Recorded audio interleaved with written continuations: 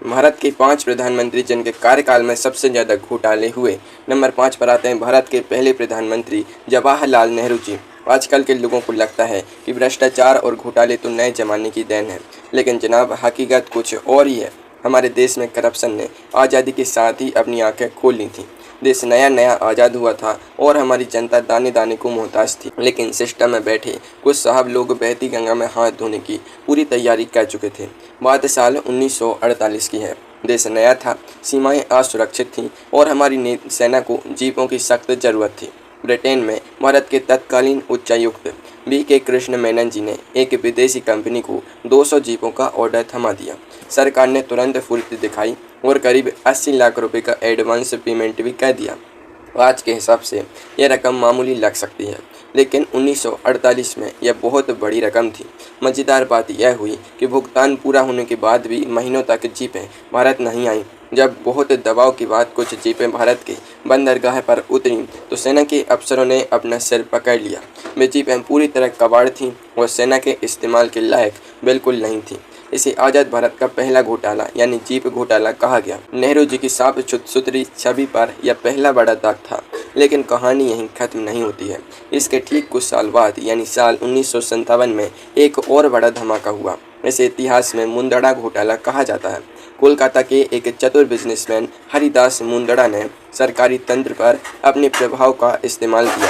उन्होंने अपनी घाटे में चल रही कंपनियों के शेयर भारतीय जीवन बीमा निगम यानी LIC को बेहद ऊंचे दामों पर बिकवा दिए। आम जनता की गाड़ी कमाई का पैसा एक डूबते जहाज में लगा दिया गया। इस घोटाले का सबसे दिलचस्प पहलू यह था कि जिसे संसद में किसी विरोधी पार्टी के नेता ने नहीं उठाया था। इसे उजागर करने वाले खुद नेहरू जी के दामाद फिरोज गांधी जी ही थे। घर का भेदी लंका ढाई वाली ये कहावत यहाँ बिल्कुल सच साबित हुई। इस कांड के बाद संसद से लेकर सड़क तक ऐसा हंगामा मचा कि नेहरू जी के बेहद भरोसेमंद वित्त मंत्री TT कृष्णमाचारी जी को अपनी कुर्सी छोड़नी पड़ी और इस्तीफा देना पड़ा। नेहरू जी के इस शुरुआती दौर ने दिखा दिया था कि सत्ता की छांव में कैसे कैसे खेल हो सकते हैं। जब देश के शुरुआती सालों में ही सरकारी खजाने को ऐसे झटके लग रहे थे, तो आने वाले दिनों में यह खेल और भी दिलचस्प होने वाला था। अब जरा सोचे, क्या कोई इंसान सिर्फ एक नकली फ़ोन कॉल करके देश के सबसे बड़े सरकारी बैंक की मुख्य शाखा से लाखों रुपए नकद लेकर गायब हो सकता है? यह कोई काल्पनिक कहानी नहीं है, बल्कि यह सचमुच हुआ था हमारी अगली प्रधानमंत्री के राज में। चले देखते हैं इस लिस्ट के नंबर 4 पर कौन है। नंबर 4 पर नाम आता है देश की सबसे ताकतवर और कड़क प्रधानमंत्री इंदिरा गांधी जी का। इनके लगभग 16 साल के लंबे शासनकाल में भारतीय राजनीति के कई बड़े रंग देखने को मिले, लेकिन इसी दौर में कुछ ऐसे अतरंगी और गंभीर घोटाले हुए जिन्होंने सीधे प्रधानमंत्री कार्यालय यानी PMO की साख पर बड़े सवाल खड़े कर दिए। सबसे पहला और बेहद फिल्मी मामला था साल 1971 का नागरवाला कांड। दिल्ली के पार्लियामेंट स्ट्रीट पर स्थित स्टेट बैंक ऑफ इंडिया के चीफ कैशियर के पास एक रहस्यमय फ़ोन आता है। फ़ोन करने वाला शख्स अपनी आवाज़ को बदलकर दावा करता है कि वह खुद प्रधानमंत्री इंदिरा गांधी जी बोल रही हैं। फ़ोन पर कैशियर से कहा जाता है कि बांग्लादेश की मदद के लिए एक सीक्रेट मिशन के तहत तुरंत 60 लाख रुपए नकद की ज़रूरत है। कैशियर साहब ने आओ देखा ना ताओ बिना किसी लिखित आदेश या कागजी कार्रवाई के सिर्फ फ़ोन की आवाज़ के भरोसे 60 लाख रुपए नकद बोरे में भरकर एक अनजान आदमी रुस्तम सोहराब नागरवाला को सौंप दिए। चिराग तले अंधेरा देख के देश के सबसे बड़े बैंक में सुरक्षा और नियमों की ऐसी धज्जियां उड़ी कि पूरी दुनिया हैरान रह गई। हालांकि कुछ ही घंटों में नागरवाला को पुलिस ने पकड़ लिया, लेकिन इस मामले के मुख्य आरोपी और जांच करने वाले पुलिस अफसर की संदिग्ध परिस्थितियों में हुई मौतों ने इस पूरे घोटाले को आज तक एक अनसुलझा रहस्य बनाकर रखा है। इंदिरा जी के कार्यकाल का दूसरा बड़ा विवाद था साल 1970 के दशक का मारुति लिमिटेड विवाद। इस मामले में आरोप सीधे इंदिरा गांधी जी के छोटे बेटे संजय गांधी जी पर लगे थे। विपक्ष का आरोप था कि संजय गांधी जी की कंपनी को देश की पहली स्वदेशी जनता कार बनाने का कॉन्ट्रैक्ट देने के लिए सारे नियमों को ताक पर रख दिया गया था। हरियाणा में सेना के डिपो के पास की कीमतें जमीन कौड़ियों के भाव संजय गांधी जी की कंपनी को अलॉट कर दी गई। इस विवाद ने इंदिरा जी की सरकार को संसद में बुरी तरह से बैकफुट पर ला दिया था। इसके अलावा साल 1976 और 1982 के बीच हुआ कुओ ऑयल डील घोटाला भी काफ़ी चर्चा में रहा, जिसमें एक हांगकांग की फर्जी कंपनी से तेल खरीदकर सरकारी खजाने को करोड़ों का नुकसान पहुंचाया गया था। इंदिरा जी का यह दौर साबित करता है कि जब सत्ता एक हाथ में सिमटती है तो विवादों की कतार लंबी हो जाती है। बैंक से नकद गायब होने और जमीन के इन बड़े खेलों के बाद देश की राजनीति में एक ऐसा दौर आया जब घोटाला सीधे देश की सरहद और सेना की सुरक्षा से जुड़ गया। एक ऐसी तोप का सौदा हुआ जिसकी गूंज ने सीधे प्रधानमंत्री की कुर्सी को ही उड़ा दिया। अपनी सीट की पेटी मजबूती से बांध लीजिए, क्योंकि नंबर 3 पर जो नाम है उसने पूरे देश की राजनीति का चेहरा हमेशा के लिए बदल दिया था। नंबर 3 पर आते हैं प्रधानमंत्री राजीव गांधी जी। साल 1984 में इंदिरा जी की हत्या के बाद राजीव गांधी जी देश के इतिहास के सबसे बड़े बहुमत के साथ सत्ता में आए थे। उनकी छवि एकदम साफ सुथरी और एक मिस्टर क्लीन नेता की थी। वो भारत को कंप्यूटर और डिजिटल क्रांति के नए युग में ले जाना चाहते थे, लेकिन साल 1986 में हुआ वो फोर्स घोटाला उनकी इस चमकती हुई छवि पर ऐसा काले का दाग बना जिसे वो चाहकर भी नष्ट नहीं मिटा पाए। भारतीय सेना को मजबूत करने के लिए भारत सरकार ने स्वीडन की प्रसिद्ध हथियार बनाने वाली कंपनी बोफोर्स एबी के साथ 410 फील्ड हैबिटजेट तोपों की खरीद पर एक बड़ा सौदा किया। यह डील करीब 1500 करोड़ रुपए की थी। शुरुआत में तो इस बेहतरीन तोप सौदे की खूब तारीफ हुई, लेकिन साल 1987 में स्वीडिश रेडियो ने एक ऐसा धमाका किया जिससे दिल्ली के सियासी गलियारों में बड़ा भूकंप आ गया। उनकी रिपोर्ट में सनसनीखेज दावा किया गया कि इस तोप सौदे को पक्का करने के लिए स्वीडन की कंपनी ने भारतीय राजनेताओं, बड़े अफसरों और बिचौलियों को करीब 64 करोड़ रुपए की रिश्वत यानी किकबैक से दिए हैं। दाल में काला होने की बात तो पुरानी थी, यहाँ तो पूरी की पूरी दाल ही कोयला बन चुकी थी। इस घोटाले की जांच में सीधे प्रधानमंत्री कार्यालय और राजीव गांधी जी के बेहद करीबी इतालवी कारोबारी ओटावियो क्वात्रोच्ची का नाम सामने आने लगा।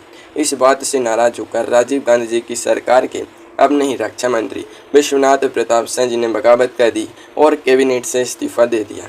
उन्होंने सीधे सड़क पर उतरकर इस भ्रष्टाचार के खिलाफ बड़ा मोर्चा खोल दिया। विपक्ष ने इन मुद्दों को लेकर ऐसा माहौल बनाया कि साल 1989 के आम चुनावों में राजीव गांधी जी को अपनी सत्ता से हाथ धोना पड़ा। हालांकि कई दशकों की लंबी कानूनी लड़ाई के बाद अदालत ने राजीव गांधी जी को इस मामले में बरी कर दिया, लेकिन बोफोर्स घोटाला आज भी भारतीय रक्षा सौदों के इतिहास में सबसे चर्चित और विवादित पन्ना बना हुआ है। रक्षा सौदों के इस भारी हंगामे के बाद भारत ने साल 1991 में एक बिल्कुल नए आर्थिक युग में प्रवेश किया। देश के बाजार खुल रहे थे और नई आर्थिक नीतियां बढ़ रही थीं, लेकिन इसी बदलते दौर के बीच एक ऐसा शातिर खिलाड़ी पैदा हुआ जिसने पूरे देश के बैंकिंग सिस्टम और शेयर बाजार को कठपुतली की तरह नचाया और सरकार असहाय होकर देखती रह गई। आइए जानते हैं नंबर 2 पर कौन सा प्रधानमंत्री कार्यकाल है। नंबर 2 पर आते हैं प्रधानमंत्री पी.वी. नरसिम्हा राव जी। इनका कार्यकाल साल 1991 से 1996 तक रहा। नरसिम्हा राव जी के इस दौर को भारत में बड़े आर्थिक सुधारों और उदारीकरण के लिए याद किया जाता है, लेकिन इसी आर्थिक आज़ादी की आड़ में देश ने देखा स्वतंत्र भारत का सबसे बड़ा फाइनेंशियल फ्रॉड, जिसे हम साल 1992 का हर्षद मेहता शेयर बाजार घोटाला कहते हैं। बिग बुल के नाम से मशहूर हर्षद मेहता ने हमारे सरकारी और निजी बैंकों के सिस्टम की ढीली कड़ियों को पकड़ लिया था। उसने रेडी फॉरवर्ड डील और फर्जी बैंक रसीदों का इस्तेमाल करके बैंकों से गैर कानूनी तरीके से हजारों करोड़ रुपए निकाले और उन्हें सीधे शेयर बाजार में झोंक दिया। देखते ही देखते बॉम्बे स्टॉक एक्सचेंज का सूचकांक आसमान छूने लगा और जब एक गुब्बारा फटा तो पता चला कि देश के बैंकों को करीब 4000 करोड़ रुपए का भारी चूना लग चुका है। इस घोटाले की तपिश सीधे प्रधानमंत्री नरसिम्हा राव जी के दरवाजे तक पहुंच गई। जब हर्षद मेहता ने इस प्रेस कॉन्फ्रेंस करके सनसनीखेज दावा किया कि उसने खुद प्रधानमंत्री को सूटकेस में 1 करोड़ रुपए की रिश्वत दी थी। नरसिम्हा राव जी की सरकार वैसे ही अल्पमत में चल रही थी और बैसाखियों पर टिकी इस सरकार को बचाने के लिए साल 1993 में एक और बड़ा कांड हुआ, जिसे JMM रिश्वत कांड कहा जाता है। आरोप लगा कि संसद में अविश्वास प्रस्ताव के दौरान अपनी सरकार बचाने के लिए झारखंड मुक्ति मोर्चा के सांसदों को लाखों रुपए की रिश्वत देकर उनके वोट खरीदे गए। बहती गंगा में हाथ धोना तो सुना था, यहाँ तो पूरी सरकार ही नोटों की दम पर तैर रही थी। नरसिम्हा राव जी के कार्यकाल की मुसीबतें यहीं खत्म नहीं हुई। साल 1996 में उनके संचार मंत्री सुखराम जी पर एक निजी टेलीकॉम कंपनी को फ़ायदा पहुंचाने के बदले मोटी रिश्वत लेने का आरोप लगा। जब घर के कमरों, बैगों और बिस्तरों के नीचे से नोटों की ऐसी गड्डियां मिली कि जांच अधिकारी भी गिनते गिनते थक गए। नरसिम्हा राव जी का यह 5 साल का कार्यकाल आर्थिक तरक्की के साथ साथ इन बड़े घोटालों के लिए भी इतिहास के पन्नों में दर्ज हो गया। अब वक्त आ चुका है हमारी इस लिस्ट के उस नंबर 1 स्थान का, जिसने घोटालों के सारे पुराने रिकॉर्ड तोड़ दिए। एक ऐसा प्रधानमंत्री कार्यकाल जहां भ्रष्टाचार की रकम 1000 या 2000 करोड़ में नहीं बल्कि सीधे लाखों करोड़ रुपए में मापी जाने लगी। एक ऐसा दौर जब देश के कैलकुलेटरों में जीरो कम पड़ जाए ऐसा हो गया था। चलिए बिना किसी देरी के जानते हैं कि घोटालों के इस महामुकाबले में नंबर 1 पर कौन है। नंबर 1 पर आते हैं दुनिया के जाने माने अर्थशास्त्री और भारत के पूर्व प्रधानमंत्री डॉक्टर मनमोहन सिंह जी। इनके नेतृत्व वाले यूपीए सरकार का 10 साल का कार्यकाल यानी साल 2004 से 2014 तक का दौर भारतीय राजनीति में महाघोटालों के युग के रूप में दर्ज हो गया है। इस दौरान देश ने ऐसे ऐसे घोटाले देखे जिनकी कुल रकम सुनकर आम जनता का सिर चकरा जाए। सबसे पहले बात करते हैं साल 2008 के 2G स्पेक्ट्रम घोटाले की। इस मामले में तत्कालीन दूरसंचार मंत्री ए राजा जी ने फ़ोन कंपनियों को नियमों और तय पत्रिकाओं को दरकिनार करके पहले पाओ की नीति के तहत बेहद पुरानी और सस्ती कीमतों पर स्पेक्ट्रम के कीमती लाइसेंस बांट दिए।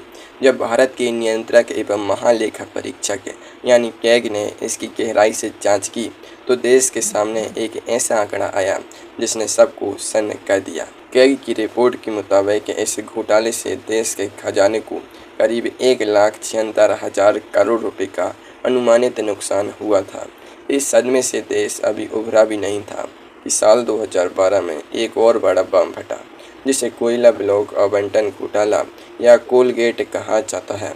इस मामले में बिना किसी पारदर्शी ग्लोबल नीलामी या बिडिंग के देश की 20 कीमती कोयला खदानों को निजी और चुनिंदा कंपनियों की रेवड़ियों की तरह बांट दिया गया।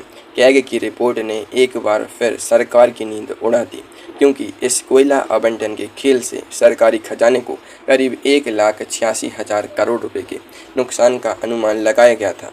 सबसे गंभीर बात यह थी कि जिस अवधि में यह आवंटन हुआ उस समय खुद प्रधानमंत्री डॉक्टर मनमोहन सिंह जी के पास ही कोयला मंत्रालय का प्रभार था। इसी सरकार के दौरान साल 2010 का कॉमनवेल्थ गेम्स घोटाला भी पूरी दुनिया में भारत की थू थू करा गया। दिल्ली में आयोजित हुए इन खेलों की तैयारियों में सुरेश कलमाड़ी जी की देखरेख में करीब 70,000 करोड़ रुपए की भारी वित्तीय हेराफेरी के आरोप लगे। हालात यह थे कि 100 रुपये के टॉयलेट पेपर को हजारों रुपए का दिखाया गया और विदेशी कंपनियों से कई गुना महंगे दामों पर सामान किराए पर लिया गया। चोरी ऊपर से सीना चोरी देखिए। इन घोटालों ने डॉक्टर मनमोहन सिंह जी की व्यक्तिगत ईमानदारी पर भले ही दाग न लगाया हो, लेकिन उनके प्रधानमंत्री रहते हुए उनकी नाक के नीचे हुए उन महाघोटालों ने पूरी सरकार की साख को मिट्टी में मिला दिया और साल 2014 के चुनावों में देश की जनता ने इस शासन को उखाड़ फेंका।